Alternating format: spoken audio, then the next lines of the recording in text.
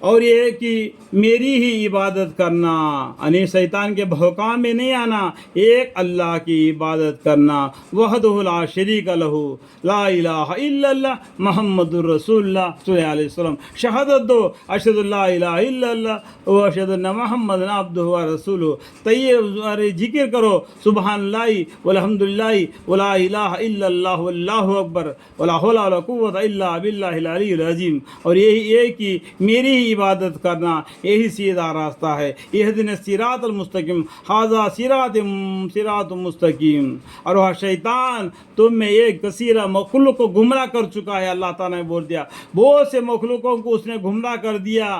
اللہ تعالیٰ نے ان شیطان کے جو مشکور اس میں جو بس پھنس گئے ان مخلوقوں کو اور شیطان کو سب کو جہنم کو پوچھ پوچھ کر بھر دے گا، اس بات کو جان لو۔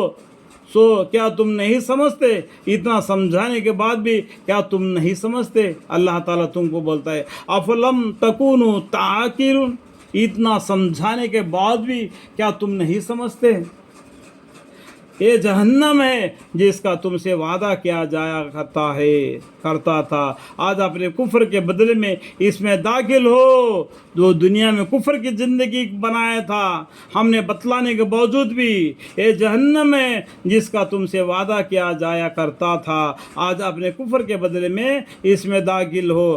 آج ہم ان کے منہوں پر مہر کر دیں گے، ان کی منہ دنیا میں بول رہے تھے، کل قیامت کے دن منہ سے بات نہیں کر دیں گے، اللہ تعالیٰ منہ کو مہر کر دیا جائے گا، اور ان کے ہاتھ ہم سے کلام کریں گے، اور ان کے پاؤں شہادت دے گی جو کچھ یہ لوگ کیا کرتے تھے۔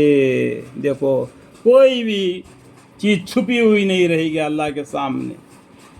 ان ربہم بہم یومئذ لخبیر، اور اگر ہم چاہتے تو دنیا ہی میں ان کے آنکھوں کو میلا میٹ کر دیتے، پھر یہ راستہ کی طرف دوڑتے پھرتے، سو ان کو کہاں نظر آتا۔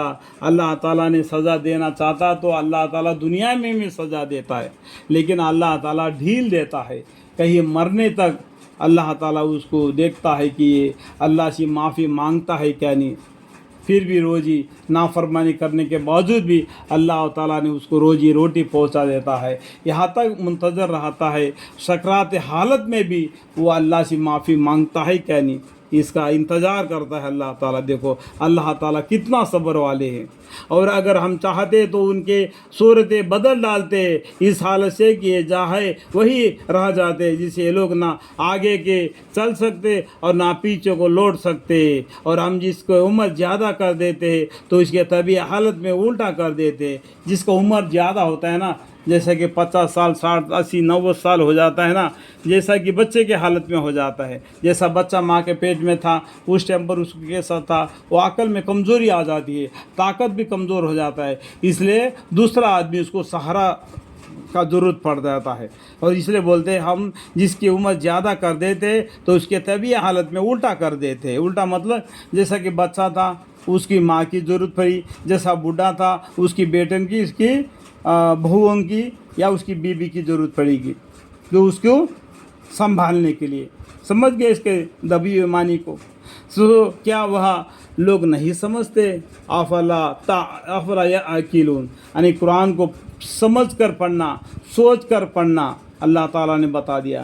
قرآن کو ایسا ہی پڑھتے نہیں جاننا، قرآن کو پڑھ کر سوچنا سمجھنا، اور انہیں آپ کو شاعری کا علم نہیں دیا۔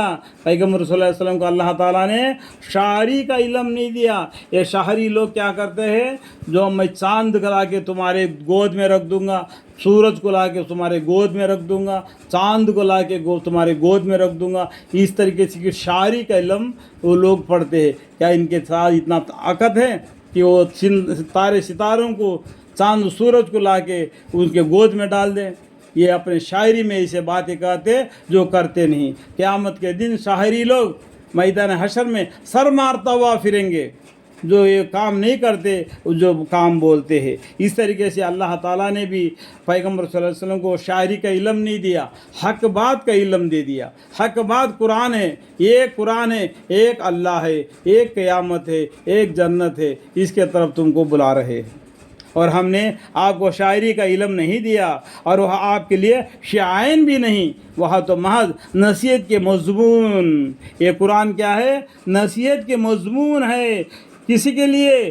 تمام جہان والوں کے لیے، صرف مسلمانوں کے لیے نہیں لیکن تمام جہان والوں کے لیے.